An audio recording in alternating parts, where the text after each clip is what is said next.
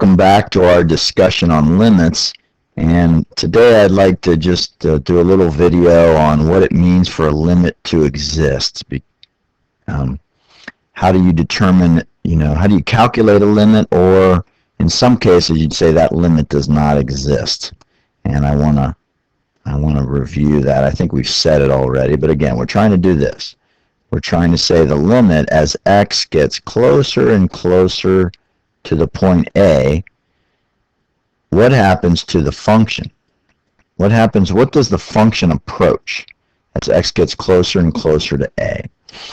Now, for that to exist, both the right-handed limit, I guess, which would be this, the limit as x goes to A from the plus side of f of x, these have to be equal, and that has to be equal to the left-hand limit. That would be from the negative side of f of x. Okay? So this has been said, but for a limit to exist, the limit is going to be equal to the right-hand limit and the left-hand limit. These all might be equal to the same. They all have to be equal to the same. Typically, when you do this, you might do it graphically, and I'll just point this out here. Graphically is an easy way to do it. We'll work some problems when it's algebraically. So here, okay, and this is just let's just do a typical function. This is A, and at A you'll see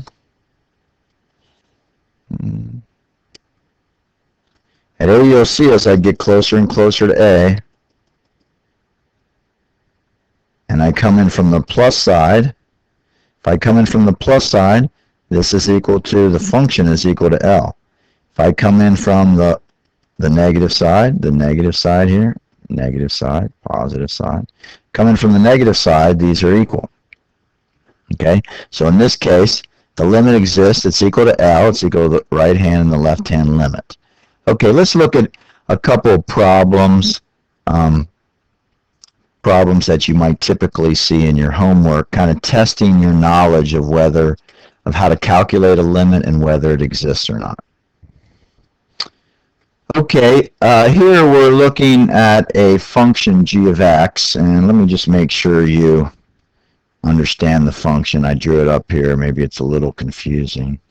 G of x, here's x. These are x values, a, b, c, and d. And these are y values. We're trying to match up with this function here. Okay, and over here I've given you a bunch of kind of problems you might see. So let's look at this. We got what kind of function do we have? A graphically represented function. The limit as x goes to A of g of x. Well, go to A, if I go from the right, I go from the left, I get the same value, and it looks like if that's lined up right, it's L1. Okay, what about this? This next problem here says the limit as x goes to b from the positive side. So I'm coming in from the positive side. Oh, wait a minute though, it's got a hole there. It's coming in from the positive side, but as it gets closer and closer to b, but is not equal to b from the positive side. Oop, I need to label that. Let's call this negative L2. Then this would be equal to, the limit is negative L2. Okay? What's the next one say? The limit as x goes to d from the negative side.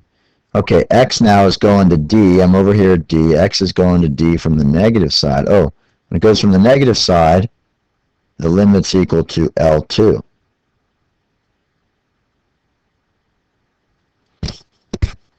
Well, what about the limit as x goes to d? Well, if I come in from the right side, it's equal to L2, but the left side is equal to L1. The right-hand limit, the left-hand limit are not equal. So this limit does not exist. Does not exist. The right-hand and the left-hand limit are not equal. There's no limit at d. But you notice, if I asked for this, what if I asked for the limit as x approaches d from the positive side of g of x?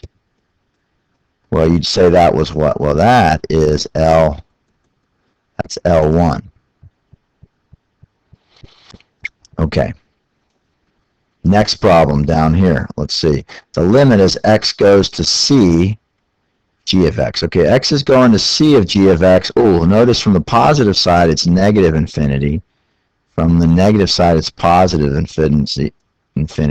The limit does not exist at c. This is another does not exist. Well, what about the positive side, though? What if it comes in from the positive side? As it comes in from the positive side, this represents going to negative infinity. What you might have learned here, again, this is a graphical function. You can see immediately where the limit doesn't exist. It doesn't exist at c, it doesn't exist at d, it exists everywhere else. But a right-hand or a left-handed limit, a one-sided limit, always exists. Okay, now I'm going to look at a different kind of function. Again, a lot of times, simple concepts. Simple concepts cause students problems because just understanding a function. Here's a piecewise defined function.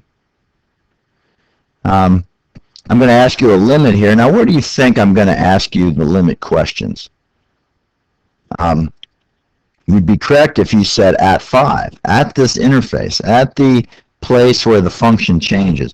Certainly, this function is, the limit exists of x plus 2 everywhere where it's greater than 5.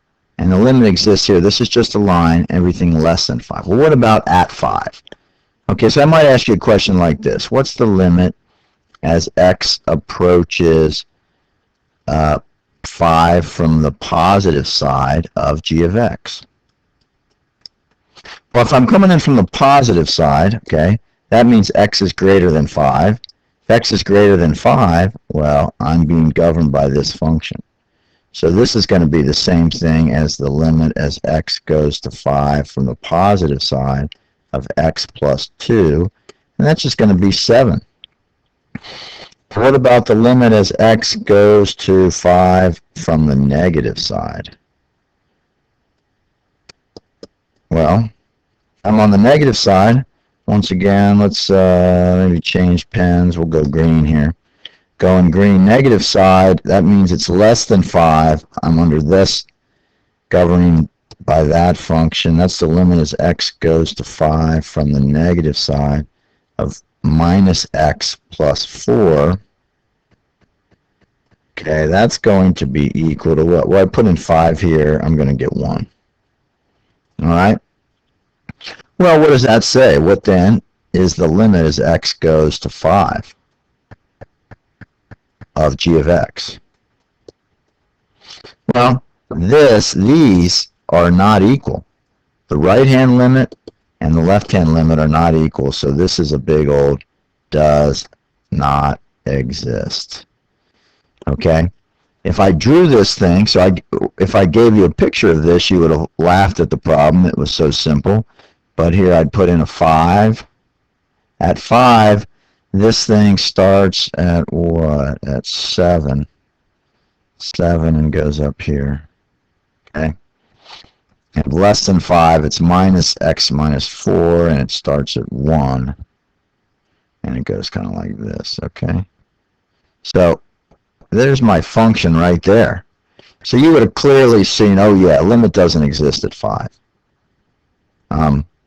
Now, one thing we might do, I might change the problem. Let's see if I can change the problem on you real quickly and not go to a new page. I'm going to put in a plus. This might be a kind of problem they ask you. I'm going to put in a plus d here. And they'd say, the question would say, okay, solve for d, set d such that the limit at x equal to 5 exists. Okay, so let me change some colors again here just so you understand this. We'll go back to red. I want to add plus d. Well, here's what has to happen. As I go in from the negative side, now this is a plus d here, okay? So this is now, the limit is going to be what? Well, it's going to be 1 plus d. If the limit has to exist, if these are equal, that means 7 has to be equal to 1 plus d. So what's d have to be equal to? D is equal to 6. Okay? So and this would be a different, again, another way to test your knowledge of what a limit existing means. But if I put in a d equal to 6 here, what that would do is effectively change this curve such that they intersected at this point. Now you would say, oh yes, the limit does exist, and the limit is equal to 7. Okay? We'll see you soon. Bye-bye.